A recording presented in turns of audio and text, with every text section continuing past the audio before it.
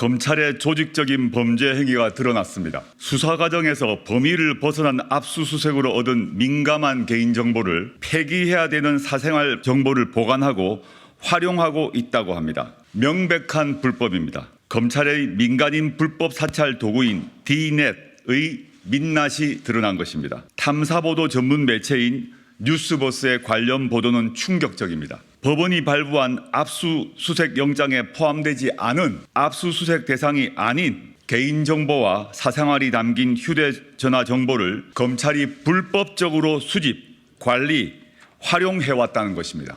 수사와 관련 없는 정보는 즉각 폐기해야 합니다. 아무리 수사 대상자라고 하더라도 영장에서 허용하지 않은 디지털 기기에 담긴 SNS 대화, 문자 메시지, 녹음 자료, 이메일, 동영상 등을 수집하고 활용하는 것은 민간인 사찰이나 다름없습니다. 디지털 기술의 발전에 발맞춰 진화한 신종 디지털 범죄입니다. 검찰이 캐비넷에 보관해온 민감한 정보를 필요한 때에 꺼내 정적을 탄압하고 정치에 개입하기 위해 활용하는 것은 더 이상 영화 속 이야기가 아닙니다. 검찰 캐비넷은 그 자체로 공포입니다.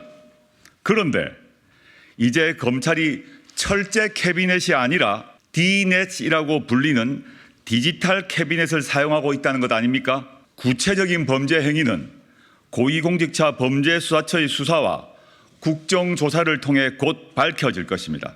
대한민국 국민은 자신이 잘못하지 않아도 누구나 압수수색을 당할 수 있습니다. 이 경우 스마트폰에 보관 중인 연인과의 사진, 친구와 주고받은 문자, 메시지, 이메일 등 지극히 사적인 파일을 검찰이 나 몰래 보관하고 있을 가능성이 크다는 것입니다. 이런 민간인 불법 사찰 행위는 윤석열 검찰총장 시절 대검찰청 예규를 만들어 공공연하게 조직적으로 이루어졌다고 합니다. 법원은 압수수색 영장을 발부할 때 그 대상을 엄격히 제한하고 있습니다. 수사와 관련 없는 정보까지 들여다보지 못하도록 하는 겁니다.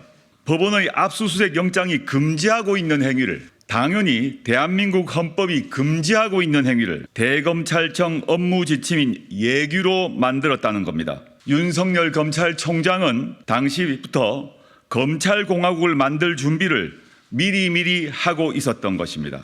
조국혁신당은 이미 지난주에 윤석열, 김호수, 이원석 등 전현직 검찰총장과 강백신 서울중앙지검 반부패수사 1부장 등 특수부 검사들을 고위공직자 범죄수사처에 고발했습니다. 직권남용과 개인정보보호법 위반 혐의입니다. 조국혁신당은 22대 국회에서 더불어민주당 등 뜻을 같이 하는 야당과 함께 검찰의 불법 민간인 사찰 의혹 진상규명을 위한 국정조사를 추진하겠습니다. 그리고 책임자가 확인되면 반드시 정치적 법적 책임을 묻겠습니다. 조국혁신당은 오늘 공포의 대검 D넷 피해자 신고센터를 개설했습니다. 센터장은 판사 출신으로 법제처장을 역임한 김형현 후보가 맡았습니다. 검찰의 불법적인 디지털 캐비넷에 의해 피해를 입었거나 피해를 입은 것으로 우려되는 시민들은 조국혁신당 홈페이지 안에 검찰 전자캐비넷 신고센터로 신고해 주시길 바랍니다. 그리고 검찰은 대검 서버 D넷을 손대지 말고 그대로